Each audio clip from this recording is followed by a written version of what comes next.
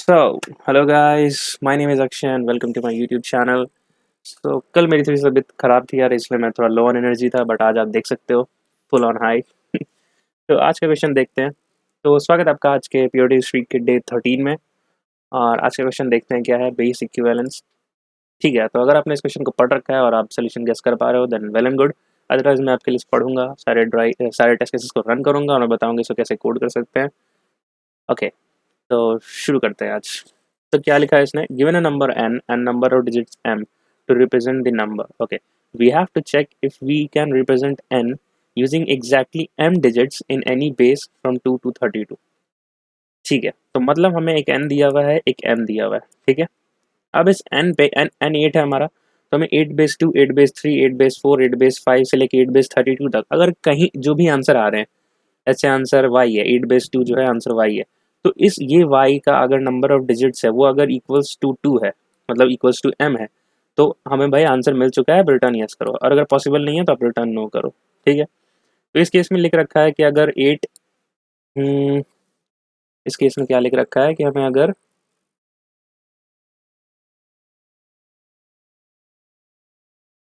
तो अगर 8 और 2 दे रखा है, तो if we find like possible in base 3 as 8 base 3 is 22। Okay, देखो 8 बेस 3 जो है एक आंसर है जिसका 22, जिसमें नंबर ऑफ डिजिट्स क्या है, इक्वल्स टू m। तो इसने रिटर्न यस कर रखा है। अब सिमिलरली 8 है और हमें कुछ ऐसा इसके बेस से कोई आंसर चाहिए जिसके में नंबर ऑफ डिजिट्स m 3 होना चाहिए, तो शायद पॉसिबल नहीं है, तो इन्होंने नो कर दिया है। तो चलो थोड़ा इस टेस्ट केस को रन करते हैं और समझने की कोशिश करते हैं कि एक्चुअली जब हम किसी डिजिट को, किसी नंबर को कन्वर्ट करते हैं बेस 2 या बेस 3 में, तो एक्चुअली वहाँ होता क्या है। और वहाँ अगर हमने वो समझ लिया कि वहाँ क्या हो रहा है, तो फिर कोड लिखना बहुत आसान है। ठीक है, तो चलो मैं आपको दिखाता हूँ।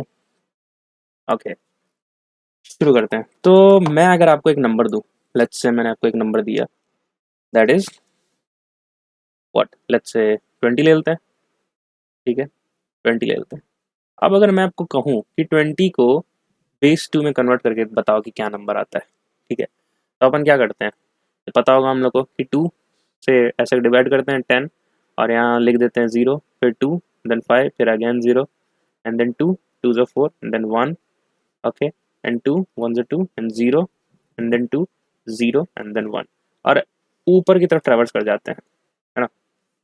एक सेकंड, यहाँ से लेके यहाँ तक ट्रेवर्स कर जाते हैं और बोल देते हैं कि आंसर हमारा 10100 है। जिसको हम लोग फर्दर थोड़ा एक्सपैंड कर दे तो हम ऐसे लिखते हैं कि 0 इंटू टू की पावर 0, 0 इंटू टू की पावर 1, 1 इंटू टू की पावर 2, देन 0 इंटू टू की power 3, and then 1 into two की पावर 4। अब इसको सम कर देते हैं, समेशन निकाल देते हैं। तो क्या होता है, 0 plus 4 plus 8 plus what is this, two की पावर 4। हमने कुछ गलत कर दिया क्या, नहीं, यहाँ 0 हो जाएगा एंड 16 और इक्वल टू 20 हो गया। ठीक है, तो ऐसे हम निकालते हैं। अब आप थोड़ा सा ऑब्जर्व करो, चाहे छोड़ो, एक और ड्राइवन एक और ले लेते हैं। ठीक है, उसके बाद ऑब्जर्वेशन की बात करेंगे। अब मान लो लेट्स से 20 है और हम उसे 3 से करते हैं डिवाइड, मतलब सॉरी 3, 20 बेस 3 मैं पूछ रहा हूँ क्या है यहाँ पे। 20 बेस 2 हमने निकाला तो क्या है, 10100। ठीक है, तो इसमें इसके हिसाब से अगर m equals to 1 2 3 4 5, m equals to 5 दिया हो रहा था, अगर n equals to 20 and m equals to 5 दिया हो रहा था, तो आंसर हो जाता हमारा यस, क्योंकि 20 बेस 2 करेंगे तो एक एक आंसर निकल के आएगी y जिसमें डिजिट है 5। ठीक है, इतना यहाँ तक समझ में आ रहा है हमें। आगे बढ़ते हैं। अब 20 है, अब हम मैं आपसे पूछूँ कि 20 बेस 3 इक्वल्स टू क्या होगा, तो सेम करेंगे हम लोग कि 3 हाईएस्ट फैक्टर क्या हो सकता है, 3 6 18, है ना। अब मुझे बताओ कि यहाँ क्या लिखेंगे। ठीक है, ये एक सबसे पहली ऑब्जर्वेशन है। अब देखो, आप हमने यहाँ क्या किया था, 2 10 से 20 किया था तो 0 लिख दिया था, 2 5 से 10 तो फिर से 0 लिख दिया, 2 2 से 4 तो 1 लिख दिया था। तो अगर आप थोड़ा सा ऑब्जर्व करो तो ये एक्चुअली में कौन सा कॉलम है, रिमाइंडर का कॉलम है ये। ठीक है, 2 10 से 20 तो कुछ रिमाइंडर बचा ही नहीं, 0, 2 5 से 10 अगेन कोई रिमाइंडर नहीं बचा, 2 2 से 4 तो यहाँ 1 रिमाइंडर बचता है, तो 1 लिख दिया हमने। 2 1 से 2 नो रिमाइंडर तो 0, 2 0 से 0 रिमाइंडर 1। ठीक है, तो ये हमारा पहला ऑब्जर्वेशन था कि भाई ये रिमाइंडर है। और यहाँ से यहाँ कैसे जा रहे हैं हम लोग, ये 20 से 10 कैसे हुआ, है ना, ये नंबर था। ठीक है, और ये बेस था। तो अगले लूप में ये जो नंबर है वो क्या बन चुका है, नंबर बाई बेस बन चुका है, बन चुका है कि नहीं बन चुका है। तो ये हो गया अपना ऑब्जर्वेशन 2 कि जब हम लोग आगे बढ़ रहे हैं, है ना, तो n जो है वो n equals to n by base हो जा रहा है। ठीक है, ये हो गया हमारा ऑब्जर्वेशन 2, याद रखना है सब, कोड में काम आएगा। चलो, अब मैं क्या बोल रहा था कि 3 से निकाल के दिखाओ ना। ठीक है, चलो ये कैलकुलेट कर लेते हैं। तो 6 3 18, रिमाइंडर कितना बचा 2। ओके, देन 3 2 6, रिमाइंडर कितना बचा 0, एंड देन 3 0 0, रिमाइंडर बचा 2। तो इधर से नीचे से ऊपर तक आंसर होता है। तो हम 20 को 20/3 में 202 लिख सकते हैं। इसको वेरीफाई करने के लिए हम कर सकते हैं 2 इंटू 2 की पावर 0, 0 इंटू 2 की पावर, सॉरी 3 का बेस है ना, 3 की पावर 1, एंड देन 2 इंटू 3 की पावर 2। अब इसको आप सम करके देखो क्या आता है। सॉरी, 2 प्लस 0 प्लस 3 3 9, 9 2 18, तो दिस गिव्स 20। समझ में आ रहा है। ऑब्जर्वेशन 3 की बारी आ चुकी है। अब आप देखो, आप यहाँ पे गौर करो, ये लास्ट स्टेप आप गौर करो, ये इसका भी लास्ट स्टेप गौर करो, और इसका भी लास्ट स्टेप को आप ऑब्जर्व करो। इस केस में आपको क्या दिख रहा है, एन जो रिड्यूस होकर नम बाई बेस हो चुका था, है ना, वो जब एक ऐसे पोजीशन पे आ जाए कि एन का वैल्यू हो गया है 2 एंड बेस का वैल्यू हो गया है 3, आप थोड़ा वो लगाओ इसमें साइन, क्या होगा, बेस बड़ा होगा। तो इस केस में, सिर्फ इस केस की बात कर रहा हूं मैं, इस केस में आंसर जो आ रहा है अपना, आंसर सपोज से वाई, उसमें डिजिट्स कितने रह रहे हैं, 1 रह रहा है कि नहीं रह रहा है भाई। आपको रैंडम एग्जाम्पल ले लो, आप, मैंने यहाँ समझाया बेस बड़ा होना चाहिए, मान लेते हैं बेस 11 है और एन जो है 10 है, तो हमें 10 बेस 11 निकालना है, तो 10 यहाँ लिखो, 11 यहाँ लिखो, और 10 0 से 0, है ना, और रिमाइंडर क्या बचा, तो बचा 10, मतलब एक प्लेस रहा, है ना, 1 प्लेस। ठीक है, ठीक है। अब आप कोई और एग्जाम्पल ले सकते हो, जैसे क्या 9 और लेट्स से 7, और बेस है हमारा वो, तो 8 एंड देन 7 7 0 से 0।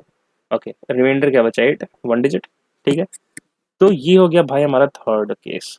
ठीक है, ये हो गया हमारा थर्ड कंडीशन। आप इस चीज़ को ऑब्जर्व यहाँ भी कर सकते थे, देखो ये क्या है एन, और ये क्या है बी। देखो बी जो है एन से बड़ा हो चुका है ना, तो आप समझ रहे हो ना, सिर्फ अगर ऐसे केस में क्या ही हो सकता है कि जो बी जो है वो 2 इंटू 0 मैक्सिमम 0 तक जाएगा, है ना, तो इसलिए यहाँ पे अपना क्या हो गया, आंसर, लास्ट आंसर कैसे एक डिजिट का होगा। तो इस केस में अब आप सोचो, सपोज हमें सिर्फ निकालना होता कि हमारे पास एक नंबर है, हमारे पास एक बेस है, ठीक है, और हमारे पास एक सपोज से डिजिट है। हमें बस इतना बताओ कि ये जो एन है और ये जो बी है, ठीक है, तो ये जो बी है और ये जो डिजिट है ये एक्चुअली में एम है। अगर एन बेस बी निकालें तो उसमें जो नंबर ऑफ डिजिट्स होते हैं वो इसके इक्वल है, तो रिटर्न, रिटर्न से मतलब ले वन, लेट्स से वन, है ना, कि मतलब हाँ फंक्शन बन, मतलब फंक्शन ट्रू रिटर्न कर रहा है, तो एक फंक्शन बना देते हैं, ठीक है, जिसमें ये 3 पैरामीटर्स जाएंगे। ठीक है, अब बेस केस बताओ मैंने क्या डिस्कस किया था, यही था बेस केस, है ना। रिटर्न कब करना है भाई, जब बेस जो है बड़ा हो जाए, है ना, तो यहाँ लिख देते हैं कि इफ बेस ग्रेटर देन क्या नम एंड एन। और इस केस में डिजिट क्या हो रहा था, इस केस में हमेशा आंसर डिजिट 1 आएगा, है ना, तो क्या करना है फिर, रिटर्न 1, मतलब हाँ आंसर पॉसिबल है। ठीक है, ठीक है, यहाँ तक हमें बात समझ में आ रही है।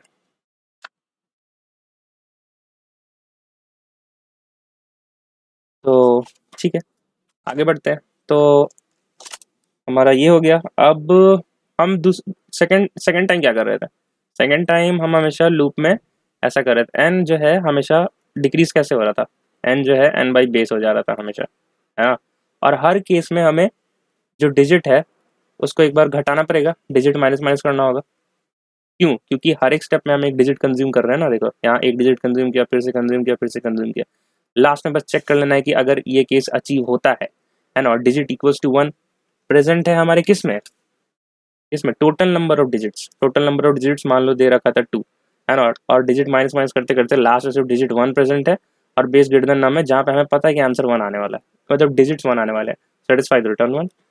ठीक है, तो हम क्या कर देंगे इसमें, हम इसमें क्या कर देंगे कि if num is greater than equals to base, तभी हम उसे घटा रहे हैं, है ना, है कि नहीं, एंड क्या, डिजिट इज ग्रेटर देन 1, मतलब घट, जब घटा रहे हैं तो हमारे पास अभी भी डिजिट बड़ा है, तभी तो हमेशा उसे माइनस माइनस कर रहे हैं।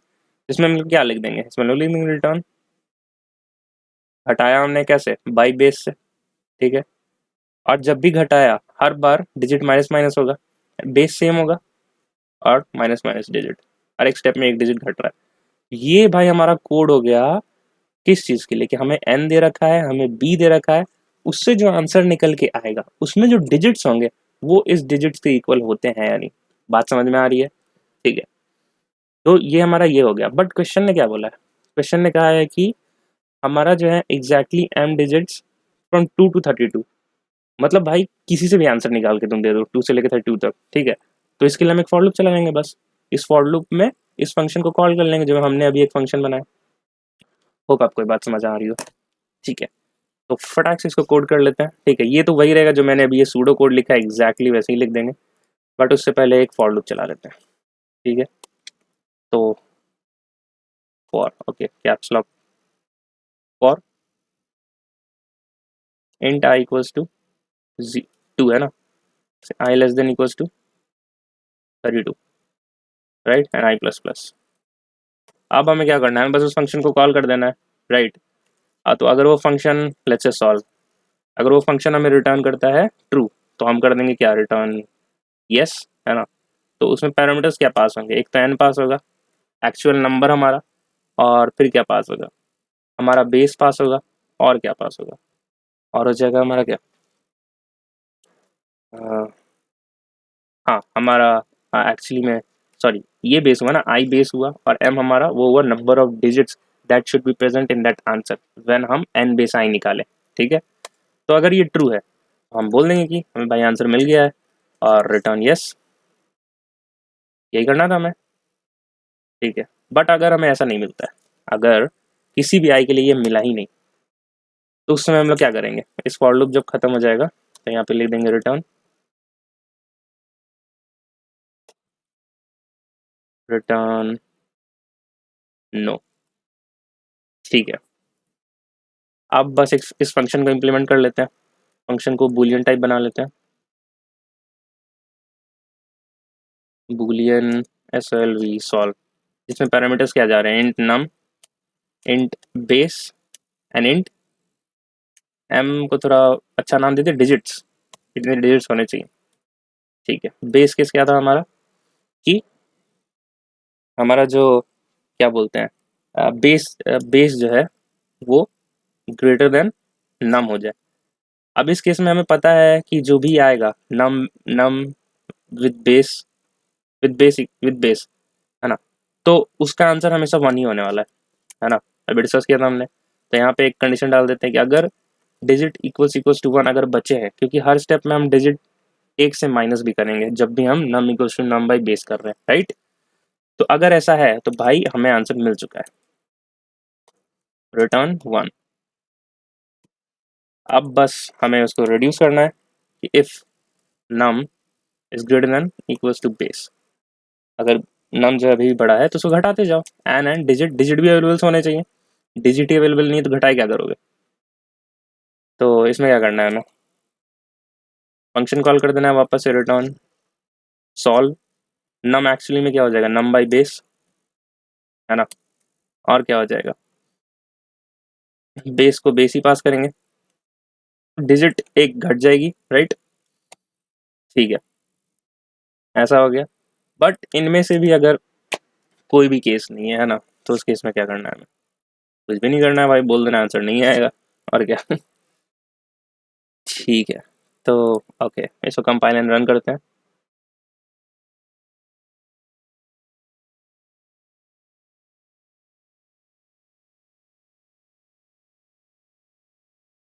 ओके, तो थोड़ा थोड़ा सा एरर है कहीं पे, रिटर्न 1, ओके ये बूलियन हमने बनाया ना, तो रिटर्न ट्रू लिखेंगे यहाँ पे।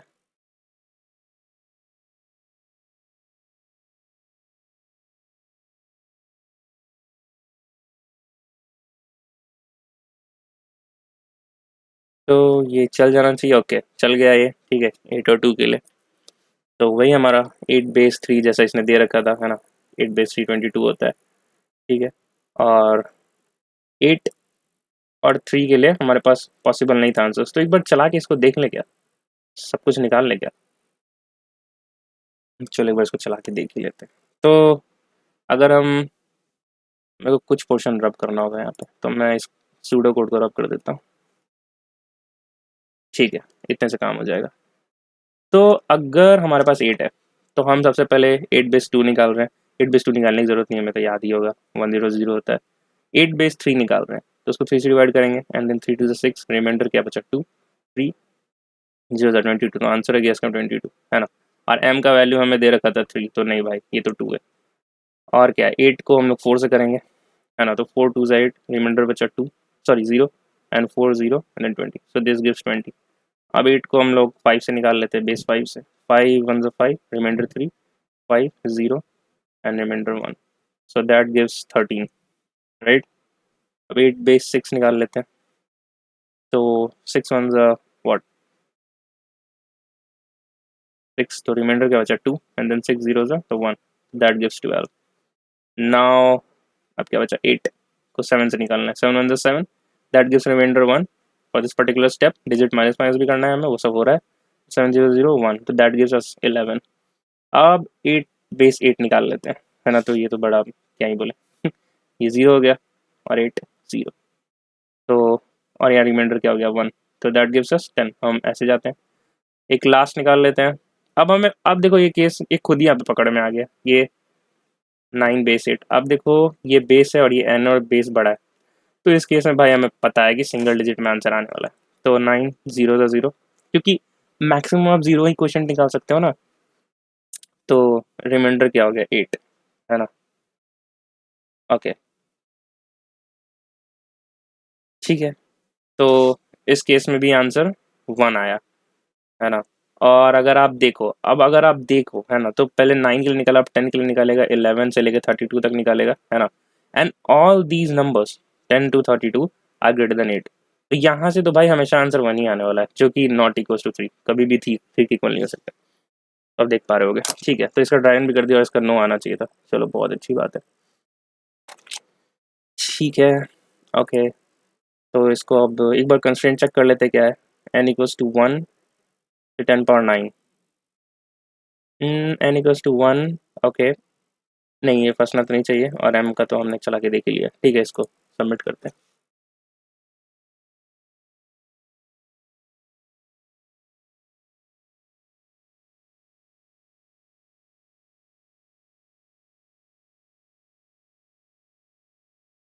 ठीक है, तो ये सबमिशन सक्सेसफुल हो चुका है। तो अब लास्टली इसकी टाइम कॉम्प्लेक्सिटी की बात कर लेते हैं, है ना। इसकी टाइम कॉम्प्लेक्सिटी क्या होगी, ये हमने फॉर लूप चलाया O(32 टाइम्स, तो नेग्लिजिबल है भाई।